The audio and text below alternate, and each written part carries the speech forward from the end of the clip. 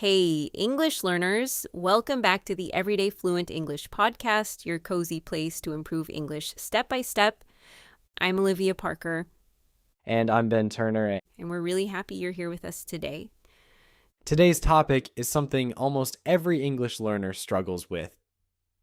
How to build confidence speaking English. Yes, because sometimes the challenge is not knowing the words or grammar. It's the fear of making mistakes, forgetting words, or feeling nervous in front of others. And that fear can stop you from speaking, even when you actually know English well. So in this episode, we'll share simple, practical ways to help you feel more confident speaking English. No pressure, no complicated methods, just real tips you can use every day. So relax, listen carefully, and take it one step at a time. And before we begin, we'd love to ask you, when do you feel most nervous speaking English? You can share your thoughts or keep it short. We always enjoy hearing from you. All right. Let's begin. So, Ben, let's start with the biggest wall. Why do English learners feel so nervous when they have to speak? It's almost always the same thing, Olivia. It is the fear of being judged by others or making a silly mistake. That is so true. Your brain knows the word, but your heart starts racing.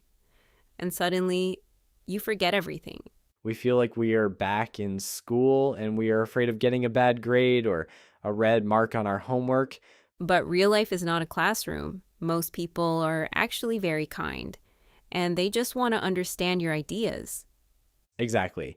The first step to confidence is understanding that this fear is normal. Even I feel nervous when I speak a new language. That brings us to our second point, accepting your mistakes.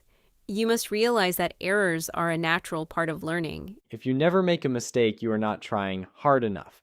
Mistakes are like proof that you are moving forward. Think about a baby learning to walk. They fall down 100 times, but they don't feel embarrassed. They just get up. We need to be like that baby. If you say he instead of she, don't stop. Just smile, correct it if you can, and keep going. People don't care about your perfect grammar as much as they care about your story and your personality. So tell yourself every morning, today I will make mistakes, and that is perfectly okay with me. Now, let's talk about our third secret. Starting small. You don't have to give a big speech on your first day. Start with very short sentences. The weather is nice, or I am hungry. These small wins build your speaking muscle. And practice with yourself first. Talk to your cat, your plants, or even your coffee machine while you're making breakfast. It sounds funny, but it really works. It makes the English words feel more comfortable in your mouth. When you are alone, there is zero pressure. You can say the same sentence 10 times until it sounds just right to you. This leads perfectly into our fourth topic, using English in your simple daily routines. Make it a natural habit. Don't wait for a special time to study. Use English while you are checking your emails or writing your shopping list. If you are at the grocery store, try to name the fruits and vegetables in English in your head.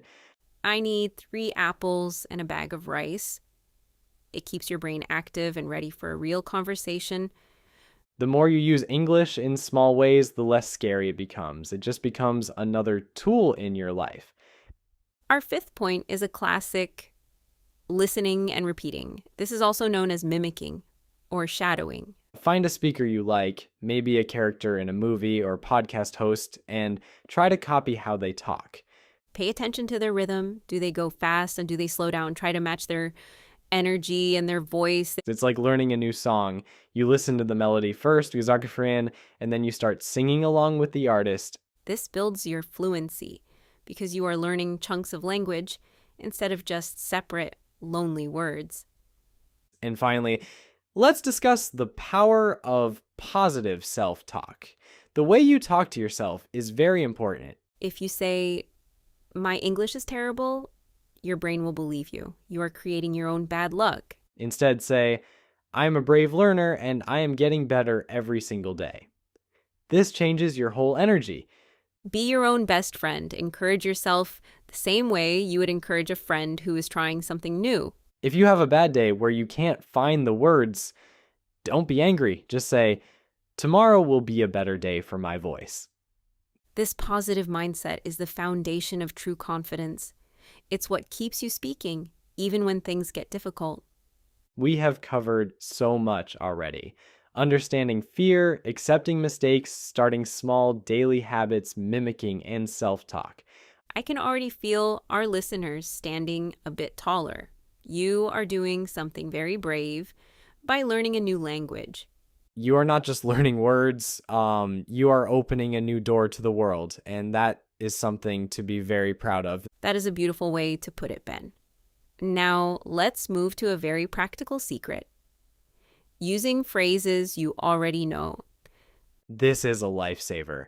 Many learners try to build every sentence from scratch, like they're playing with Lego blocks. But that is exhausting. Instead, you should focus on confidence over perfection. Use those set phrases you are comfortable with. Exactly. If you know how to say, how's it going, or that sounds great, use them. They make you sound natural immediately. When you use phrases you know well, your brain can relax. You don't have to worry about grammar because the phrase is already pre-made. It gives you a little break in the conversation. While you say a simple phrase, your brain has time to think of the next part. This leads us to our next point.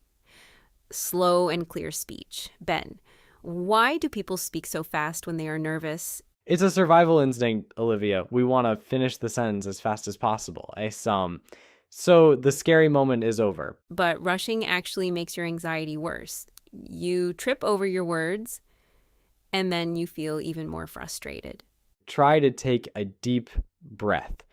Speak slowly and clearly. It gives you control over the situation and your voice. When you speak slowly, you have time to pronounce the words correctly. This makes you feel much more professional and calm. And remember, even native speakers slow down when they want to be understood. It's not a sign of weakness, it's a sign of a good communicator. Now, let's talk about finding a safe space. Our next tip is practicing with friends or online partners. You need a supportive environment where you feel safe to fail. A friend won't laugh at you. They will help you find the right word. There are so many apps and websites where you can find language partners. Look for people who are also learning or who love helping others. When you practice in a low-stakes environment, you build the confidence you need for high-stakes moments, like a job interview. It's like a rehearsal for a play. You practice behind the scenes so that when the lights come on, you are ready to perform. Finally, we have to talk about tracking your progress. You must celebrate your small wins to build long-term confidence. Did you order coffee in English today? That is a win.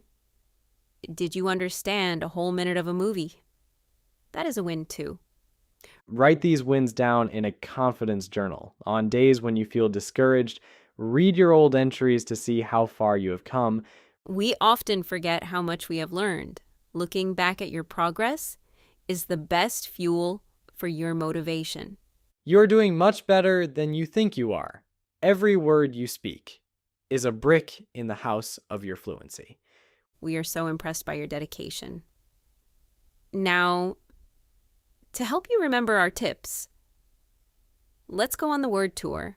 Let's look at 10 powerful words to help you build your speaking confidence. Our first word is confidence. Confidence. This is the feeling of self-assurance. Confidence comes from practice and a positive mindset. Second is mistake, an error in action or judgment. Every mistake you make is a lesson that makes you stronger. Third is anxiety, that nervous feeling in your stomach. Speaking slowly is a great way to reduce your anxiety. Fourth is mimic, to copy the way someone talks or moves, mimic native speakers to improve your natural rhythm. 5th is supportive, providing encouragement or help. Find a supportive friend to practice your English conversations. 6th is routine, a regular way of doing things. Make English speaking a part of your daily routine. 7th is progress, the process of improving. Track your progress every week to stay motivated and happy. 8th is perfect, having no flaws. Don't wait to be perfect before you start speaking to others. 9th is brave, showing courage in a difficult situation. You are very brave for learning a new language and sharing your voice. And 10th is encourage, to give someone support or hope. Always encourage yourself the same way you would a dear friend. Use these words this week. Tell yourself, I am a brave learner making great progress. We believe in you. You have the power to speak clearly and confidently. Just take it one conversation at a time. Thank you for joining us today on the Everyday Fluent English Podcast. We are so happy to be part of your journey. Share your stories with us in the comments. When was the last time you felt proud of your English? I am Olivia Parker. Keep speaking, keep growing, and most importantly, keep being you. And I am Ben Turner. Stay positive, stay curious, and we will see you in the next episode. Goodbye for now. Bye-bye.